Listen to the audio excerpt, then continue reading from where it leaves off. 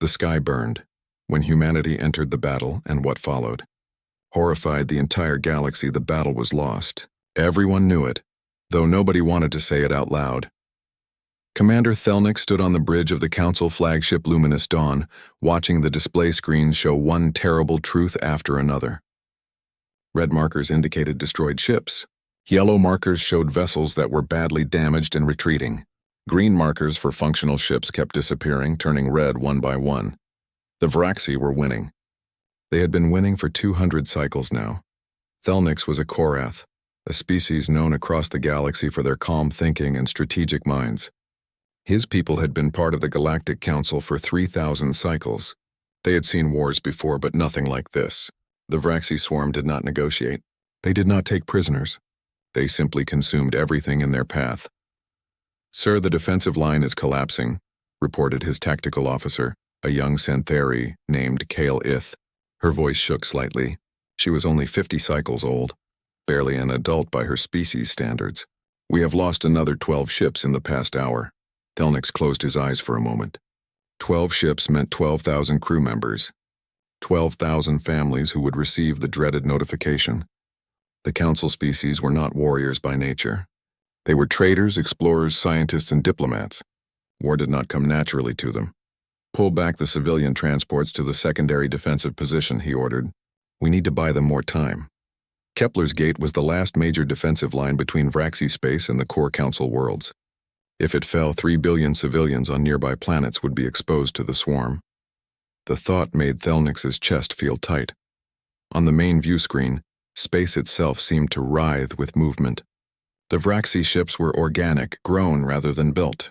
They looked like massive insects with dozens of legs, each one bristling with biological weapons that shot acid and explosive spores. They moved in perfect coordination, like a single organism with a million bodies. "Energy shields at 40%, called out another officer. "We cannot sustain this bombardment much longer." Thelnick was about to give the order to retreat when every sensor on the bridge started screaming alerts at once. "New contacts," Kalith shouted. "Multiple ships entering the system. I count over 200 vessels." "Vraxi reinforcements?" Thelnick felt his hope drain away. "No, sir. The signatures are different. They are... I do not recognize them." The view screen shifted to show the new arrivals. Thelnick stared at them, confused. The ships were crude, blocky things made of metal and alloys. They looked ancient compared to Council vessels with their elegant curves and energy fields. These newcomers had rough edges, exposed plating, and what appeared to be chemical propulsion systems. "Who are they?" he asked. Checking database, Kalith's fingers moved rapidly over her console. "Sir, these are human ships." "Humans?" Thelnick knew that name. The humans were a recently discovered species from a small world they called Earth. The Council had made first contact with them only 20 cycles ago. They had been denied Council membership because they were too primitive, too violent. Their technology was generations behind the Council standard. "What are they doing here?" A transmission came through. The voice was rough, speaking in the trade language with a heavy accent. "Council forces, this is Admiral Chen of the United Earth Fleet. We monitored your distress calls. We know you did not ask for our help. We are giving it anyway." Before Thelnick could respond, the human fleet moved forward. They did not have the speed of Council ships, but they moved with clear purpose. As they approached the Vraxi swarm, their weapons began firing. What happened next would be recorded in every history book across the galaxy. The humans did not use energy weapons or precision lasers. They fired missiles, hundreds of missiles, each one leaving a bright trail of fire. And then those missiles exploded with a light so bright that the bridge screens automatically dimmed to protect everyone's eyes. "What kind of weapons are those?" someone whispered. Quilith checked her readings and her voice came out shocked. "They are nuclear devices. Atomic fission weapons. That is barbaric," another officer said. "Those are banned by Council law. But barbaric or not, they were effective." The nuclear explosions tore through Vraxi ships, breaking apart their organic hulls. The swarm tried to scatter, but the humans had more weapons ready. Railguns fired solid slugs of metal at incredible speeds. Each impact punched straight through Vraxi armor. Mass acceleration cannons sent projectiles the size of buildings flying through space. When they hit, entire Vraxi vessels simply disintegrated. Some missiles did not carry nuclear warheads, Instead, they released clouds of burning metal. Thermite, the humans called it. It stuck to the Vraxi ships and burned so hot that it could not be extinguished. The organic material of the Vraxi vessels caught fire. Space should not burn. There is no oxygen in space for fire. But the thermite brought its own oxygen with it, and it burned anyway. The sky filled with white-hot flames. Dozens of fires spread across the battlefield. Nuclear detonations added their light to the inferno. The Vraxi, who had been winning just minutes before, suddenly found themselves being torn apart. Thelnix watched in stunned silence as the entire Vraxi battle cluster was systematically destroyed. The humans showed no mercy, no hesitation. They fired until every Vraxi ship was debris. 47 minutes. That was all it took. When the last Vraxi vessel exploded, the bridge of the luminous dawn was completely silent. Every officer stared at the screens, unable to process what they had just witnessed. "They saved us," Kaelith finally said. "Yes," Thelnix agreed quietly. "They did." He opened a communication channel. "Admiral Chen, this is Commander Thelnix of the Galactic Council. We owe you our lives and the lives of billions. We cannot thank you enough." There was a pause before Chen responded. When he did, his voice was flat, businesslike. "Commander, you can thank us later. Right now we have work to do." "Work? The battle is over." "The battle is over," Chen agreed. "But the war is not." On the tactical display, Thelnix could see the human ships were not powering down their weapons. Instead, they were moving among the debris field, scanning everything carefully. "What are you looking for?" he asked. "Answers," Chen said. "We have been studying the Vraxi for years, listening to your broadcasts, analyzing every piece of data we could find. We know how they think, how they move, how they coordinate, and now we need to confirm something." "Confirm what?" "Whether our theory is correct," Chen paused. "Commander, we need to collect samples from these Vraxi ships, particularly their communication organs. I am sending the coordinates for your ships to fall back to a safe position." "Safe from what?" "The Vraxi are destroyed. Safe from what comes next." Thelnix felt a cold sensation in his stomach. "Admiral Chen, what are you planning?" The response came not from Chen but from another human officer whose voice came over the open channel. "Phase 1 complete. All ships prepare for Phase 2. Target coordinates are being uploaded now." Thelnix brought up the coordinates on his screen. They pointed to 3 locations in deep space, far from any known systems. "Admiral, what is Phase 2? This time Chen answered directly, and there was something in his voice that made Thelnix's skin feel cold. "Phase 1 was defending your people, Commander. Phase 2 is making sure we never have to do it again." The human fleet began moving, their ships turning away from the Council forces. Their weapons remained active. Their scanners continued working at full power. As they departed, one more transmission came through from Admiral Chen. "Commander Thelnix, I suggest your people stay clear of those coordinates we sent you. Things are going to get much worse before they get better." The communication cut off. The human fleet jumped to faster-than-light travel, disappearing from sensors. Thelnix looked at Kaelith. "Send a message to the Council immediately. Tell them we have a situation. Tell them the humans just saved us from the Vraxi, and now they are going hunting." "Hunting for what, sir?" Thelnix looked at the burning debris field where hundreds of Vraxi ships had been destroyed in less than an hour. He thought about nuclear weapons and thermite and the cold efficiency in Admiral Chen's voice. "I do not know," he said quietly, "but I think the galaxy is about to learn what humans do to things that threaten them." Outside the window, the last fires were still burning in space, slowly fading as they consumed the last of their fuel. The sky had burned when humanity entered the battle. Somehow Thelnix suspected that was only the beginning. The sky burned when humanity entered the battle and what followed. Horrified, the entire galaxy 3 days had passed since the battle at Kepler's Gate. The Galactic Council was still trying to understand what had happened. "Ambassador," Thelnix stood in the docking bay of the human flagship, a massive vessel called the Resolution. He had been invited aboard along with 5 other council representatives. They were here to thank the humans officially and to discuss an alliance. But something felt wrong. The humans were not celebrating. The ship's corridors were busy with crew members running back and forth, carrying equipment and checking systems. Everyone looked focused and tense. These were not the faces of people who had just won a great victory. Admiral Chen met them in a briefing room. He was a tall man with gray hair and tired eyes. 2 other officers stood with him, a woman named Captain Rodriguez and a man named Commander Okonkwo. Ambassador Thelnix, Chen said, nodding in greeting. Thank you for coming. We came to thank you, Admiral, Thelnix replied. You saved billions of lives at Kepler's Gate. The Council wishes to discuss a formal alliance and to offer you membership. We appreciate that, Chen said. But we need to talk about something more important first. He pressed a button and a holographic display appeared in the center of the room. It showed a map of the galaxy with several points marked in red. These are the 3 locations we identified after the battle, Chen explained. Our analysis of the Vraxi communication systems confirmed our theory. The Vraxi are not acting independently. They are being controlled. Kylith, who had accompanied Thelnix as a military advisor, leaned forward. Controlled by what? By what we call queen nodes, Captain Rodriguez answered. Think of them as command centers. Each queen node controls millions of Vraxi warriors. The ones you have been fighting for 200 cycles were just soldiers following orders. Thelnix felt his chest tighten. If they were just soldiers, then where are the commanders? Hidden, Commander Okonkwo said. In deep space in places you would never think to look. The queens have been coordinating the entire war from safety while sending their disposable warriors to die. Chen brought up new images on the display. They showed what looked like massive organic structures, each one the size of a small moon. 3 queen nodes, Chen continued. Each one is a breeding facility, command center, and fortress all in one. The first one is located in the Veil Nebula, about 40 light-years from here. What are you planning to do? Thelnix asked, though he suspected he already knew the answer. We are going to destroy them. The council representatives looked at each other in shock.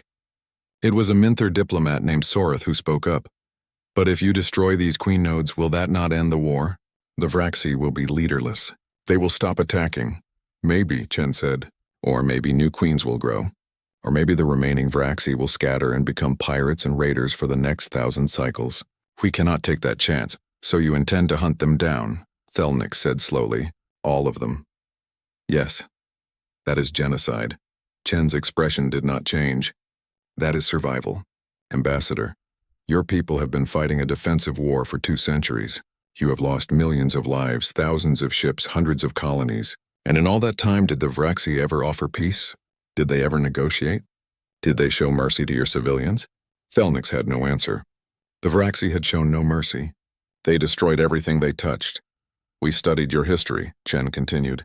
We read your reports, watched your broadcasts, analyzed every battle, and we learned something that you never seem to understand. You cannot win a war by only defending. Eventually, you run out of resources, out of ships, out of people. The attacker gets to choose when and where to strike. The defender can only react. So what do you propose? Kylith asked. We stop reacting and start acting, Captain Rodriguez said. We take the fight to them. We eliminate their ability to wage war. We make sure they can never threaten anyone ever again. By destroying them completely, Sorith said, his voice heavy with disapproval. By ending the threat, Chen corrected. Ambassador, I understand this makes you uncomfortable. Your species have built a civilization based on peace and cooperation. That is admirable. But the Vraxi do not share those values. They only understand strength and survival. He pressed another button and the display changed to show images from Vraxi attacks. Colonies burned, ships torn apart, bodies floating in space. This is what they do, Chen said quietly. This is what they will keep doing unless someone stops them permanently. Thelnix stared at the images. He had seen such scenes before too many times. Each one represented thousands of lives lost, families destroyed, futures erased. When do you leave? He asked. In 3 hours, Chen replied. Our fleet is already preparing. The council will want to send observers. Chen shook his head. No observers. We cannot guarantee their safety and we will not compromise our mission to protect them. Then you leave us no choice but to follow you in secret, Thelnix said firmly. The council has a right to know what is being done in this war. For the first time, Chen smiled slightly. It was not a happy expression. I expected you would try. Do what you must, Ambassador, but stay far back. What happens next will not be pleasant to watch. The human fleet departed exactly 3 hours later. True to his word, Thelnix arranged for 2 council stealth ships to follow at a distance. Their advanced cloaking systems would keep them hidden while they observed and recorded everything. It took 4 days to reach the Veil Nebula. The human fleet moved in formation, their sensors constantly scanning. When they reached the coordinates, they found exactly what they were looking for. The Queen Node was enormous. It floated in the colorful gases of the nebula, a twisted mass of organic material that pulsed with sickly light. Around it, like moons around a planet, were thousands of smaller structures, breeding chambers.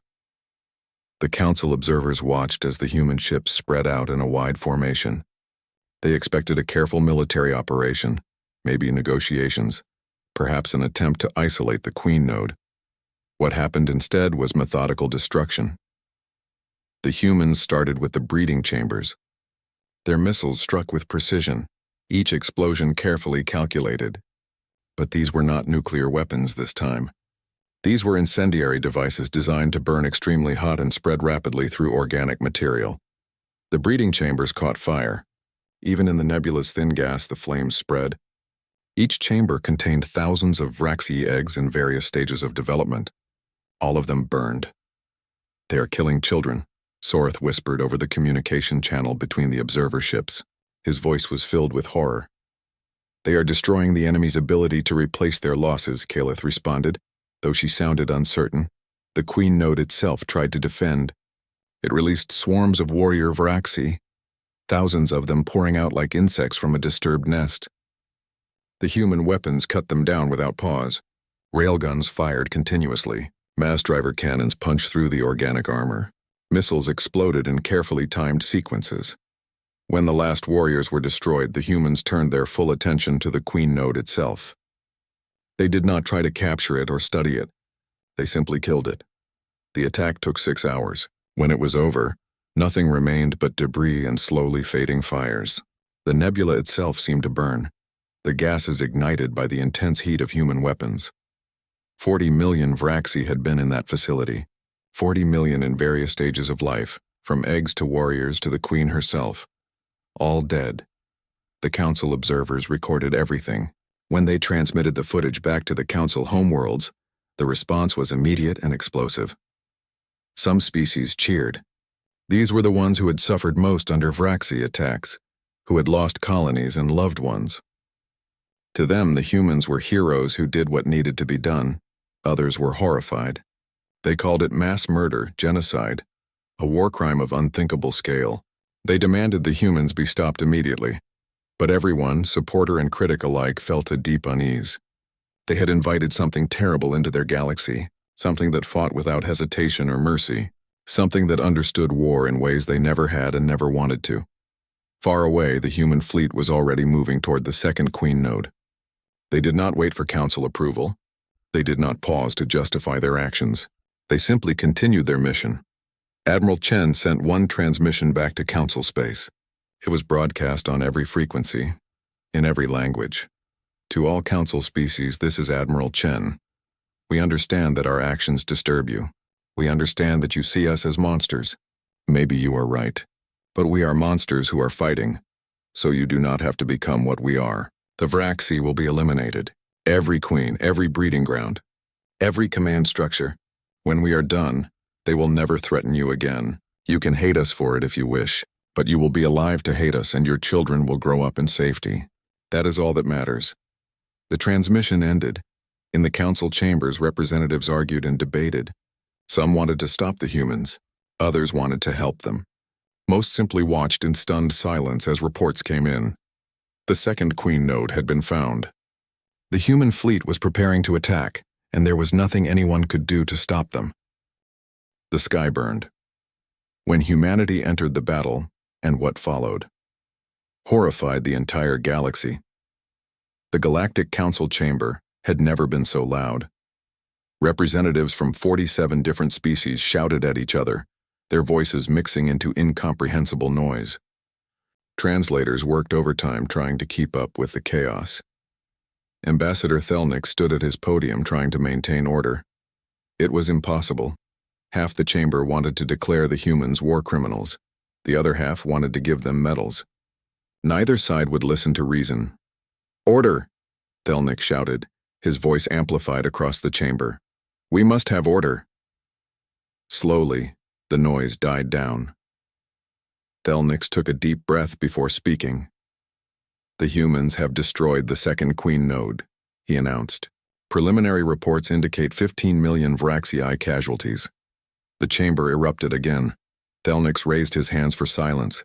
The second facility was located in an asteroid field that the Vraxii had converted into a fortress.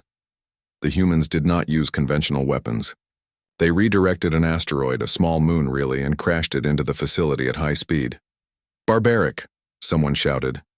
Effective, someone else countered. They recorded 0 casualties, Thelnix continued. The Vraxii defenders were completely eliminated. The Queen Node was destroyed along with all support structures. A Korvathi representative stood up, her scales shimmering with agitation. We must stop them before they commit more atrocities. Send the fleet. Blockade their ships. Force them to stand down.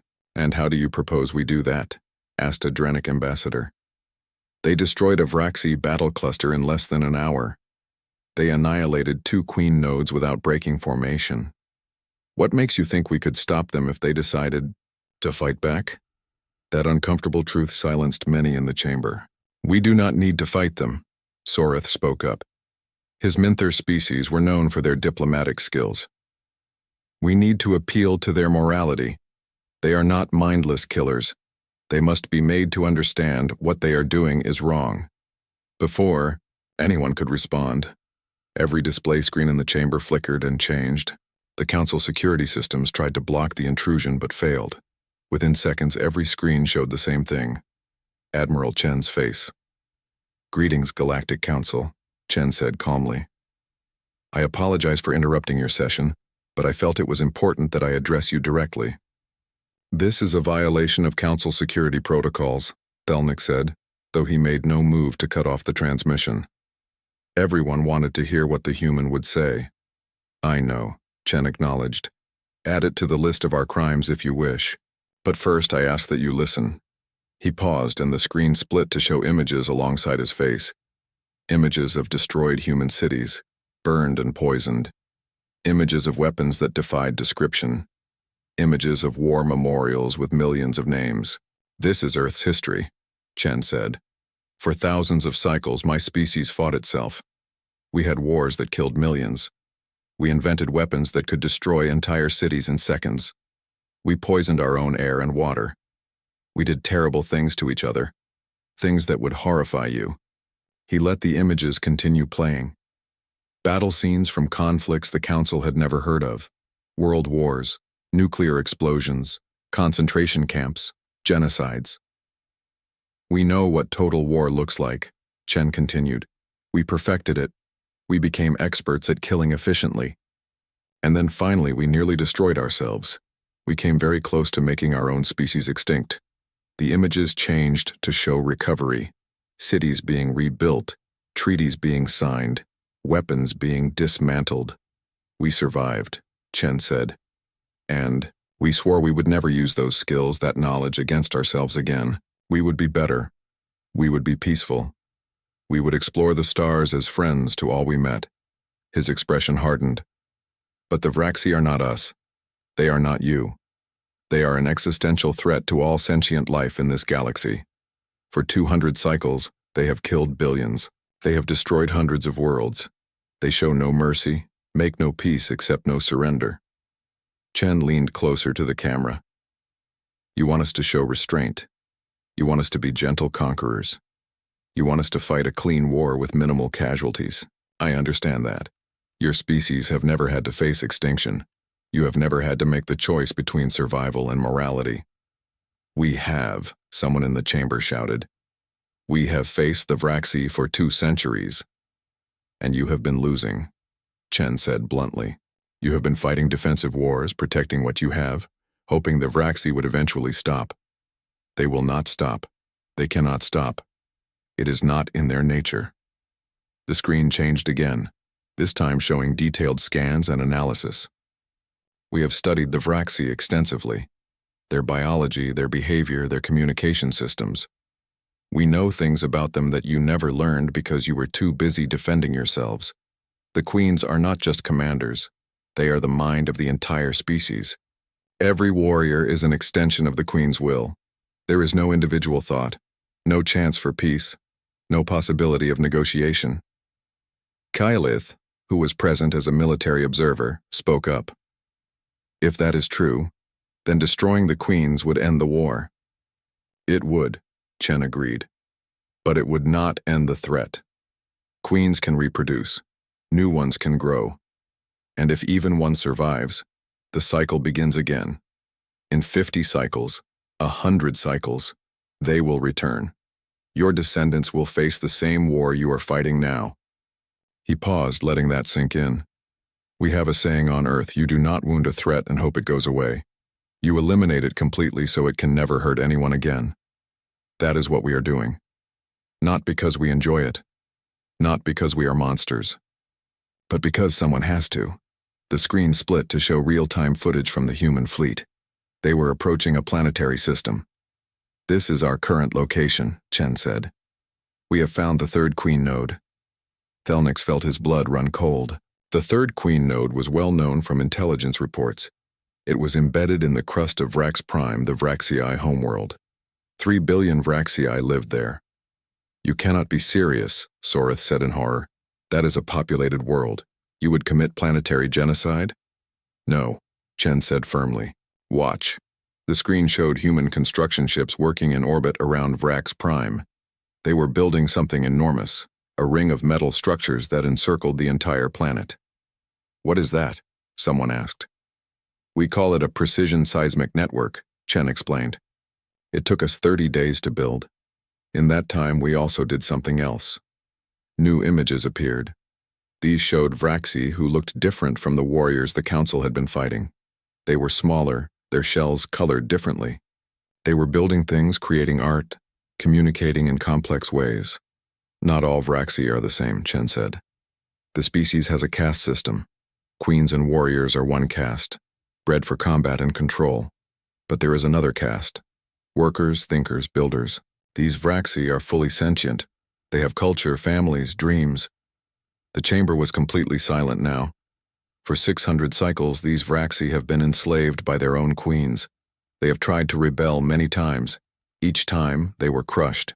Billions have died in failed uprisings. The queens keep them alive only because they need workers to maintain their facilities. Chen's image was replaced by video footage from inside Vrax Prime, enormous underground prisons. Vraxii huddled together, in terrible conditions, armed warriors guarding them. We have been in communication with the Vraxii resistance for weeks, Chen said. They have been marking targets for us, queen chambers, military installations, command centers, all located deep underground, separated from civilian areas. The display showed a detailed map of Vrax Prime's interior. Hundreds of targets were marked in red. Civilian areas were marked in blue. The two did not overlap. In 2 hours, we will activate the seismic network, Chen announced. Precision charges will collapse the structures we have targeted. The queens will die. The military installations will be destroyed. The resistance has organized evacuations of all surrounding areas. And if civilians die anyway? Sorith demanded. Then we will carry that burden, Chen said quietly. But we will not stand by and let billions continue to suffer under tyranny, just because we are afraid of making difficult choices. He looked directly at the camera. You called us monsters, you called us war criminals, maybe you are right. But let me ask you this. How many more of your people are you willing to let die to keep your hands clean? How many more colonies will you sacrifice to avoid making hard decisions? No one answered. We are not asking for your approval, Chen continued. We are not asking for your help. We are telling you what we are going to do so that you can prepare. When this is over, judge us however you wish. But remember that you were alive to pass judgment because we did what you could not. The transmission ended. The screens returned to normal. The council chamber remained silent for a long moment. Then Thelnix spoke. Send an observation fleet to Vrax Prime. We need to witness what happens next. Why? Someone asked. We cannot stop them. No, Thelnix agreed. But we can bear witness.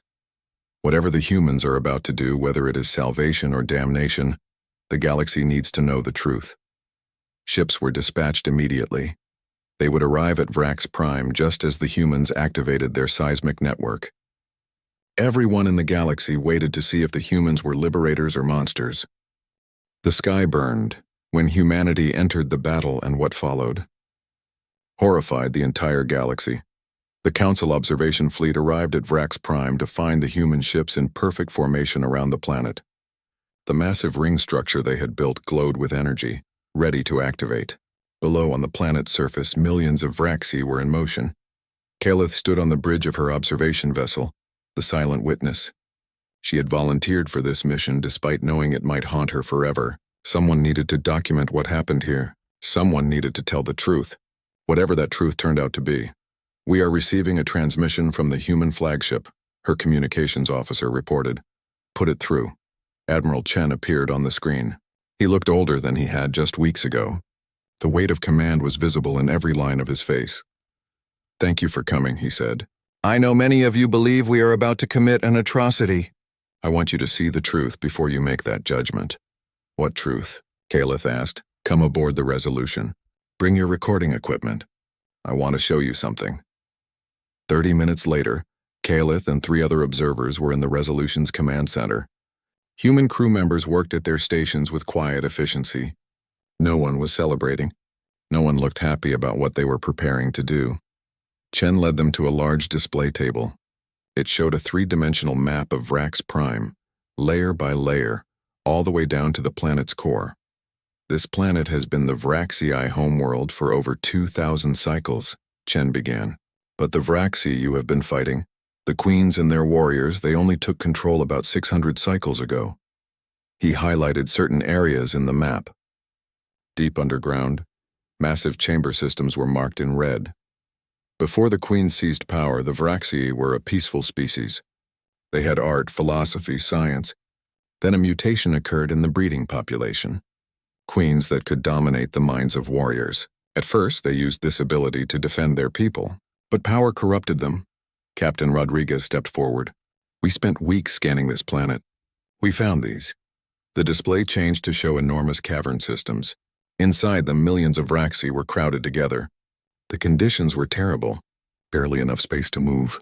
Limited food and water. Armed warriors everywhere, prison camps, Rodriguez said quietly. "The queens keep the original Vraxi population enslaved. They force them to maintain facilities, grow food, manufacture equipment. Anyone who rebels is executed along with their entire family group." Kaleth felt sick. "How many?" 1.7 billion, Chen answered. "More than half the planet's population. The rest are warriors and queens, living in luxury in the upper levels while the workers suffer below." He pressed another button, and a Vraxi appeared on the screen. This one looked different from any warrior Kaleth had seen. Its shell was marked with intricate patterns. Its eyes held intelligence and emotion. "This is Rekith," Chen said. "He is the leader of the Vraxi resistance. For 60 cycles, he and others like him have been fighting for freedom. They contacted us 3 weeks ago." The image changed to show a recording. Rekith spoke in a clicking, whistling language that was translated in real time. "We have fought for so long," Rekith said. "Millions of us have died trying to break the Queen's control. But we always fail because we are workers, not warriors. We cannot win with strength alone. When we heard that outsiders had defeated the Queen's forces at Kepler's Gate, we hoped that someone might finally help us." The recording showed more scenes from inside Vrax Prime. Families huddled together, children being taught to hide from warriors, public executions of those who dared to resist. "We do not ask you to spare the Queens," Rekith continued. "They are monsters who have enslaved our species. But please do not condemn all Vraxi for what the Queens have done. We are prisoners here, just as you were prisoners of their attacks." The recording ended. The command center was silent. "We made contact with Rekith's group," Chen said. "We shared our plan. Over the past month, while we built the seismic ring, the resistance has been preparing. They have marked every queen chamber, every warrior barracks, every command center. They have also evacuated civilians from surrounding areas." "That must have been noticed," Kaleth said. "It was," Rodriguez confirmed. "The Queen sent warriors to stop the evacuations. The resistance fought back. Over 50,000 Vraxi died buying time for the civilians to reach safety." She brought up casualty reports. The numbers were staggering. The resistance had sacrificed a significant portion of their fighting force to protect their people. "In 20 minutes, we will activate the seismic charges," Chen said. Every marked target will be destroyed. The queen chambers will collapse. The warrior barracks will be buried. The command centers will be crushed. We have calculated a 99.7% survival rate for the civilian population. And the remaining 0.3%? Someone asked. Chen's expression was grim. Will die despite our best efforts. Some are too old or sick to evacuate. Some refuse to leave their homes. Some will be caught in unexpected cave-ins. We estimate approximately 5 million casualties among the civilians. That is mass murder, one of the council observers said. Yes, Chen agreed without hesitation. It is. 5 million innocents will die. I will carry those deaths with me for the rest of my life. But if we do nothing, all 1.7 billion will continue to suffer in slavery. The queens will breed new warriors. The war will continue. More billions will die across the galaxy. He looked at each observer in turn. You want me to find a perfect solution where nobody dies. There is no such solution. There is only the choice between terrible options. We choose to save the many at the cost of the few. An alarm sounded. A human officer called out, 5 minutes to activation. Chen turned to the observers. You wanted to witness this. Watch, record, tell the galaxy what you see here. Tell them we are not heroes. We are not saviors. We are people who made an impossible choice. The observation vessels pulled back to a safe distance. The human ships maintained their positions around the planet. The seismic ring began to glow brighter. On the planet below, the last evacuations were completing. Resistance fighters guided civilians into reinforced caverns that would protect them from the coming destruction. 1 minute, someone announced. Kalith watched the displays showing underground chambers. Vraxi queens rested in their throne rooms, unaware of what was coming. Warriors stood at their posts. Below them, in the prison caverns, the enslaved Vraxi waited. 30 seconds. Reketh appeared on the communication screen, broadcasting from somewhere inside Vrax Prime. To all free Vraxi, he said, his voice steady despite the fear that must have filled him. In moments, the humans will strike. When they do, rise up, storm the warrior barracks. Seize the weapons. Today we break our chains. 10 seconds. The human crew counted down together. 9, 8, 7. Kalith held her breath. 3, 2, 1, activation. For a moment, nothing seemed to happen. Then the planet shuddered. The seismic charges fired in perfect sequence. Underground, precisely calculated explosions sent shockwaves through the planet's crust. The waves converged on the marked targets with devastating accuracy. Queen chambers collapsed. Thousands of tons of rock crushed the massive creatures before they could even register what was happening. Warrior barracks were buried. Command centers were torn apart by the seismic forces. On the surface, the planet shook. Mountains trembled. Valleys cracked. But the civilian areas, carefully protected by the resistance and human planning, remained mostly intact. The destruction took exactly 17 minutes. When it was over, all 47 queens were dead. Every major military installation was destroyed. The warrior caste was decimated, reduced from millions to scattered thousands. And in the prison caverns, freed Vraxi poured out into the tunnels. They had crude weapons and desperate courage. The remaining warriors, leaderless and confused without the queen's mental commands, barely fought back. Many simply stood still, their minds unable to function without direction. The Vraxi civil war lasted 3 hours. When it ended, the worker caste had won. Reketh's face appeared on every screen again. His shell was cracked and bleeding. He looked exhausted but alive. We are free, he said simply. After 600 cycles of slavery, we are free. The cost was terrible, but we are free.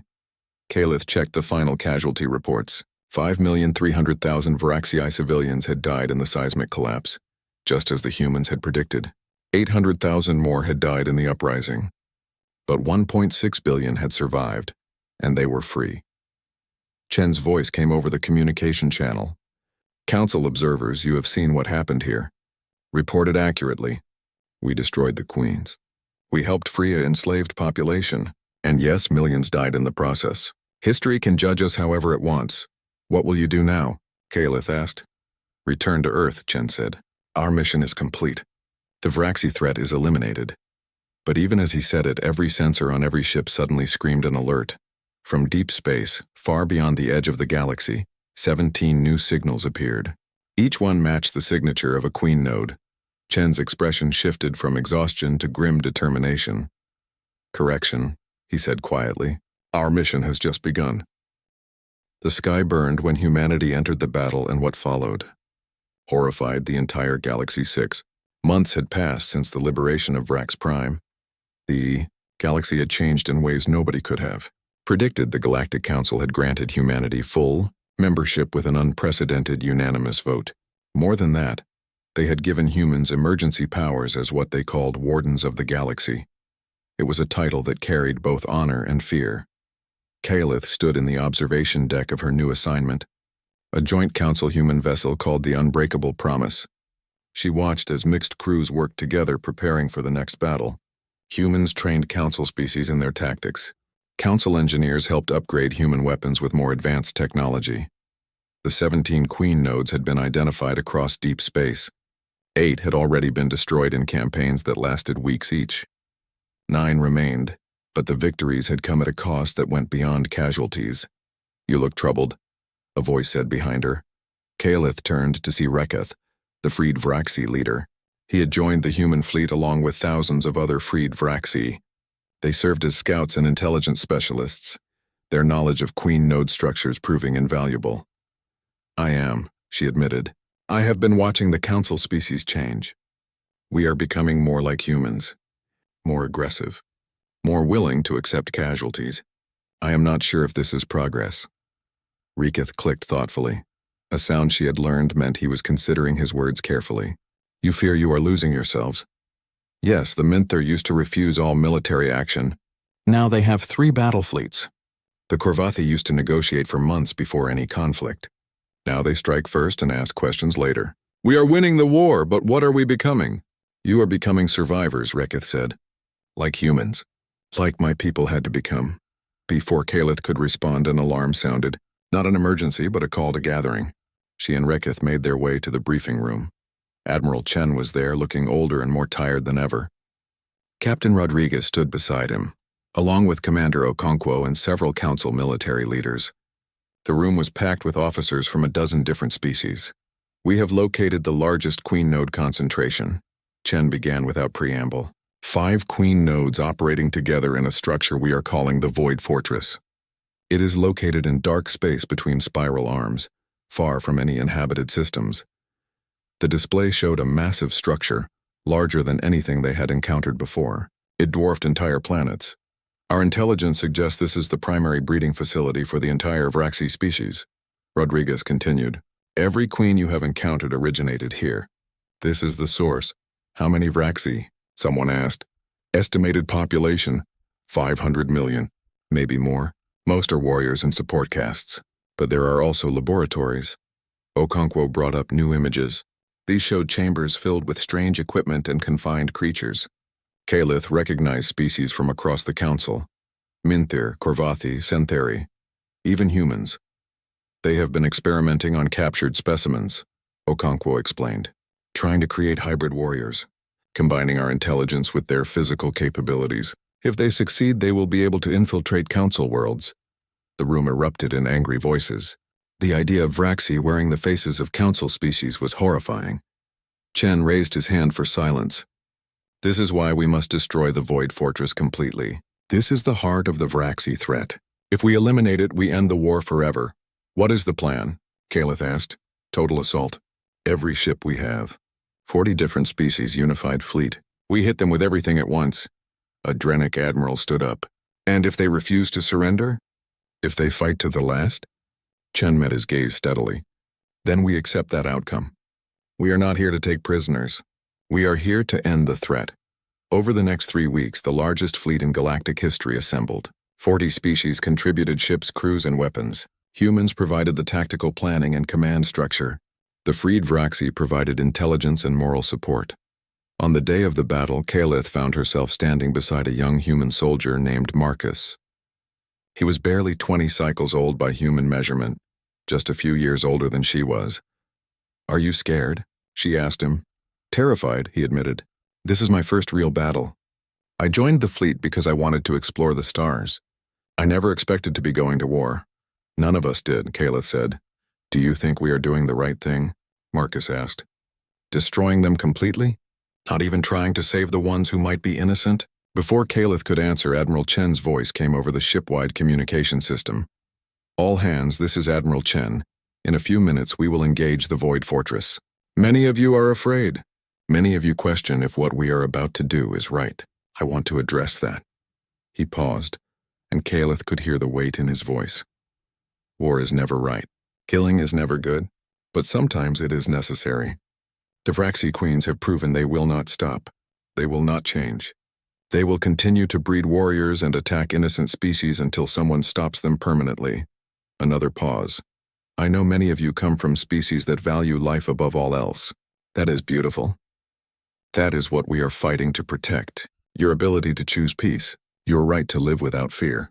But that right must be defended. The communication crackled slightly as Chen continued. When this is over, we must remember who we were before the war. We must not let the necessity of violence turn us into people who enjoy it. We fight today so that tomorrow we can return to peace. We kill today so that our children never have to. He took a deep breath. All ships advance to attack positions. May whatever gods you believe in forgive us for what we are about to do. The fleet moved forward as one massive formation. The Void Fortress detected them and began launching defenders. Millions of warrior Vraxi poured out, filling space with their numbers. The battle that followed was brutal. The Vraxi fought with desperate fury. They knew this was their last stand. Every ship, every weapon, every tactic they had was thrown at the advancing fleet. The Council Human Alliance fought back with equal ferocity. Nuclear weapons lit up space. Mass driver cannons punched through organic armor. Energy weapons cut through Vraxi swarms. For every ship the Alliance lost, they destroyed 100 enemies. But the cost was high, very high. Kaleth watched as vessels from 24 species were destroyed. She saw a Minther cruiser sacrifice itself to protect a human carrier. She saw humans ram their damaged ships into Vraxi positions to create openings for Council forces. Marcus fought beside her at a weapons console. His hands shook, but his aim was steady. When a Vraxi warrior breached their hull and entered the ship, he grabbed a weapon and stood with the security team. He was terrified, but he did not run. The battle lasted 8 hours. When the Void Fortress's shields finally fell, Chen made one final transmission to any Vraxi who would listen. This is Admiral Chen to all Vraxi forces.